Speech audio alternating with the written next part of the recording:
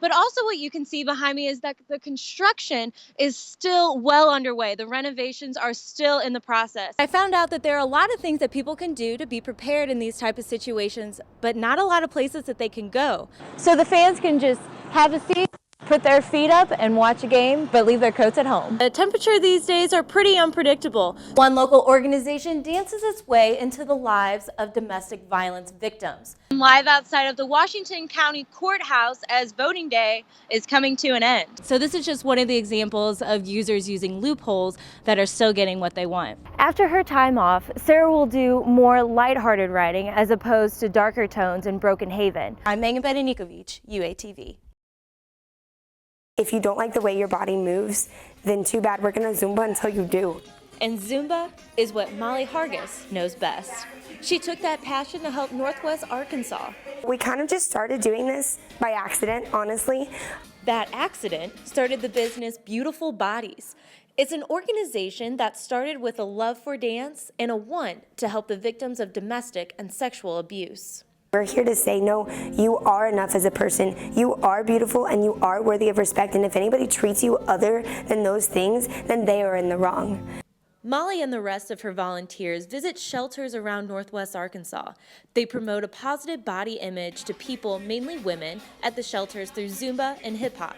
But they don't stop at dancing. Beautiful Bodies also holds yoga classes. Showing them like this is what yoga can do for you, like you're beautiful and like you're strong, and like it's not about what I'm teaching them, but it's about them like grasping like what yoga can be for them. I was even captivated by the dance moves, but adults aren't the only ones getting their groove on with Beautiful Bodies. Jacqueline McKinney teaches dance to children who are in these shelters. Honestly, it's really hard for me to see children, especially the ones that I work with, they're all very young. Helping kids cope with hard situations is something that truly hits home for Jacqueline. I actually also went through domestic violence situations with my own family that involved me, and at one point I was in a domestic violence shelter as well. Dances and her faith help Jacqueline get through her tough times, and she demonstrates that in her classes. I know exactly like what these kids feel every day. As hard as it is to see herself through the kids, the positive feedback keeps her going. At the end, it's not them leaving with sad faces, you know, because their daddy isn't nice to them. It's them leaving with big smiles because I got to show mommy my new dance that I learned. Raise alert weather. The National Weather Service has issued a tornado warning affecting the entire campus. A 1 a.m. wake-up call. This warning means there is immediate danger for the campus. When the campus warning system sounds, some students hit the decline button and roll back over, but others, like grad student Hannah Bella, look for shelter. I'm really not supposed to do this, but I'm really not going to leave my dog behind at my apartment when there's a tornado warning, and the whole reason why I'm seeking shelter is because I think we might be hit by a tornado. When Wednesday's early morning storm hit town, engineering students, employees, and Hannah's dog had the option to go to Bell Engineering and take shelter. We had to use the far left door because I actually have keys to that door. Now, only the faculty members were allowed to come down these stairs, down into the basement, and go into the Engineering Welcome Center in these concrete walls to make sure they were safe during the storm. We actually went in here and we hung out for the few hours that we had, or for the hour or so that we had the tornado warning. Many students don't have the option to go into a building after hours without keys or a card. Another building that they may have. There are no public storm shelters in Fayetteville or Springdale. Greenland High School is the only place open to the public during severe storms. It's kind of terrifying that there isn't a place for people to go and seek shelter. I'm so excited for baseball. Fans are anxious to fill the seats Friday afternoon to start off the spring season. I'll be here for sure. I'll be lined up right there on the fence trying to get the best seat in the house. Razorbacks start the series against Central Michigan at 3:05 and will play on through the weekend. Normally, cold weather keeps the fans at home for a February home opener, but with 70-degree temperatures, students are ready to cheer on the Hogs. Everyone I talk to is like, we're definitely going to the game this weekend. Because, I mean, last year at this time it was 15, 20 degrees, so no one wants to come out here for 3 hours and bear that weather.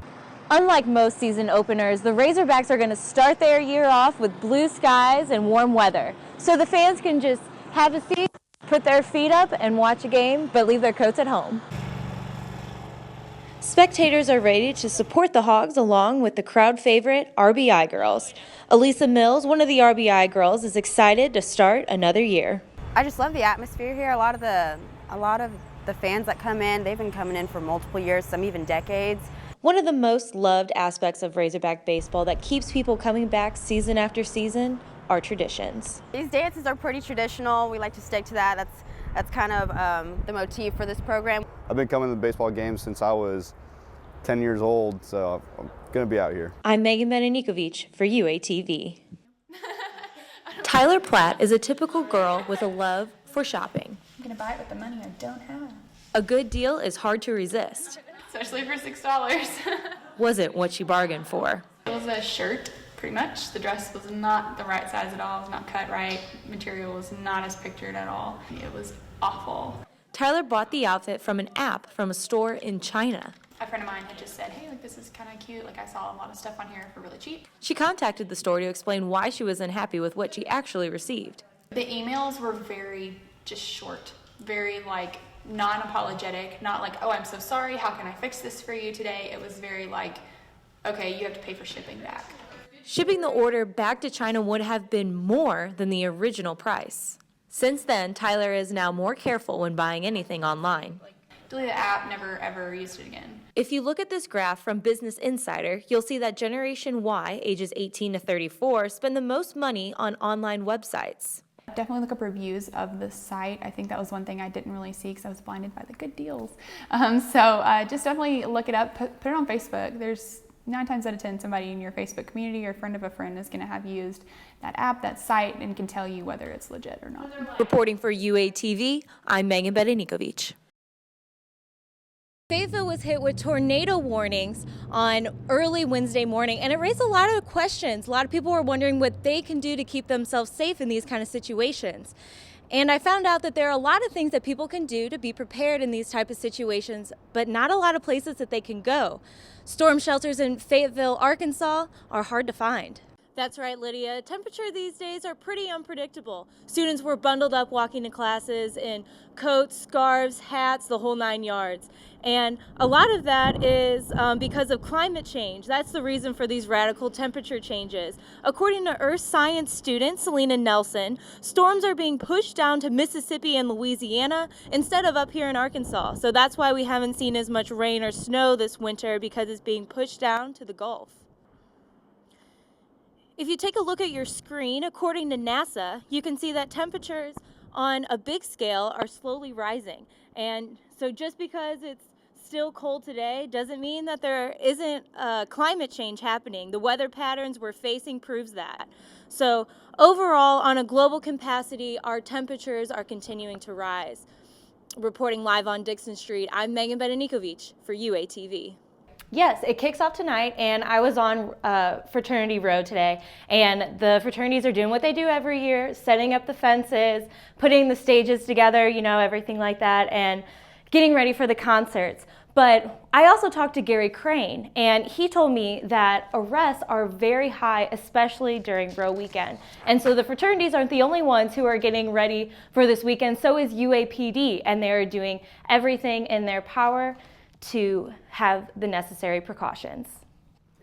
Now, these people who are getting arrested are not people from out of town, although a lot of people from out of town do come in for Row weekend, but Captain Crane told me that they want to make it back home, so they're not the ones who are getting arrested. It is the students here at the U of A. And in 2014 and 2015, if you take a look at your screen, there are 27 arrests that happened on campus during Row weekend. And 23 of those arrests involved drug and alcohol. And 21 of those arrests were at frat houses, and 14 of them included minors. Now, Captain Crane told me that to tell students to be sure to have a great time this weekend, but also follow the rules. Facebook is taking a stand on gun control. They're banning any users from buying, selling, or trading firearms on their site. And for one local gun owner, this new policy is creating a disruption for his favorite hobby. scrolling through some of those Facebook pages that are still up and running, there were pictures posted that didn't have guns on them. The captions didn't talk about guns, but then they had an email posted. So this is just one of the examples of users using loopholes that are still getting what they want. Reporting live in downtown Dixon, I'm Megan Benedikovic, UATV.